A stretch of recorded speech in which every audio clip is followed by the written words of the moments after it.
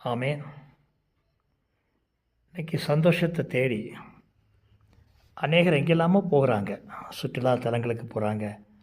பல பொருளை வாங்கி குவிக்கிறாங்க. பணத்தை சம்பாதிக்கிறாங்க.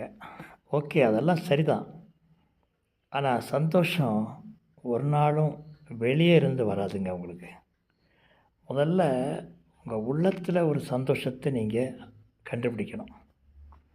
அந்த சந்தோஷம் எப்படி கிடைக்கும் அப்படின்னு சொன்னால், இந்த வானத்தையும் பூமியும் உண்டாக்கின சர்வ வல்லமையுள்ள தேவனை குறித்த அறிவு. யோவான் 17:3 சொல்லுது, ஒன்றான மெய்தேவனாகிய உம்மையும் நீர் அனுப்பினவராகிய குமாரனையும் இயேசு கிறிஸ்துவையும் அறிவதே நித்திய ஜீவன் என்று சொல்லியிருக்குது. இப்போ கடவுளை இன்னார் என்பதை நம்ம அறிஞ்சிக்கிட்டோம்னு சொன்னால் அங்கே இருந்தால் நமக்கு சமாதானம் வரும். இப்போ கடவுள் எங்கே இருக்கிறாரு? உங்களுக்குள்ளே தான் இருக்கிறார். நீங்கள் தான் அவர் தங்கக்கூடிய ஆலயம்.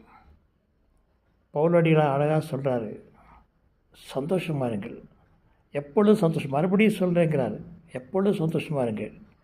அவர் அந்த நிருபத்தை எங்கேருந்து எழுதுகிறார் சரி தெரியுமா? ஜெயில் அறைகள்லேருந்து எழுதுகிறார். ஜெயில் அறைகளில் இருந்து அவர் சந்தோஷமாக இருக்கிறார். ஏன்னா கிறிஸ்துவுக்குள் அந்த சந்தோஷத்தை அவர் கண்டுபிடிச்சிட்டார். இயேசுக்கு சொல்கிறாரு, நான் கொடுக்குற சமாதானம் உலகம் கொடுக்குற சமாதானம் அல்ல, என்னுடைய சமாதானத்தை வைத்து போகிறேன், யாரும் அதை உங்களிடம் எடுத்துக்கொள்ள முடியாதுன்னு சொல்லியிருக்கு. அவருடைய சந்தோஷம் எப்படி இருக்குது அப்படின்னு பார்த்தோம்னா, அவர் சொல்கிறார், நானும் என் பிதாவும் ஒன்றாக இருக்கிறோம். அவர் செய்ய காண்கிறது எதுவோ அதைத்தான் நானும் செய்கிறேன் அப்படிங்கிறார். அவ்வளவு நெருக்கம். என்னை கண்டவன் பிதாவை கண்டான்னு சொல்கிறார். பிதாவை அவர் வெளிப்படுத்துகிறார். பிதாவினுடைய அன்பை வெளிப்படுத்துகிறார். தேவன் அன்பாகவே இருக்கிறார். அந்த அன்பை இயேசு தண்ணில் வெளிப்படுத்துகிறார். இன்றைக்கி உங்களுக்குள்ள அந்த இயேசு வரணும் அப்படின்னு சொன்னால் நீங்கள் செய்ய வேண்டிய ஒரே ஒரு காரியம்தாங்க, இயேசு கிறிஸ்துவை ஆண்டவர் என்று உங்கள் இருதயத்தில் விசுவாசிங்க. ரெண்டாவது, தேவன் அவரை மரித்தோரிலிருந்து உயிரோடு எழுப்பினார் என்று இருதயத்தில் விசுவாசிங்க. ஏன்னா அவர் உயிரோடு இருக்கிறார். உயிர்த்தெழுந்த இயேசு அவர் இனி மரிப்பதில்லை. மரணத்தை அவர் ஜெயித்தார்.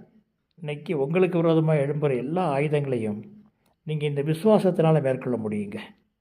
நான் சொல்கிறேன், நீங்கள் கவலைப்படாதீங்க, நீங்கள் நல்லா இருப்பீங்க. ஏன்னா உங்களை அழைத்தவர் உண்மையுள்ளவர். உங்களுக்குள் இருப்பவர் இந்த உலகத்தில் இருப்பவனை காட்டிலும் பெரியவர். ஆமேன்.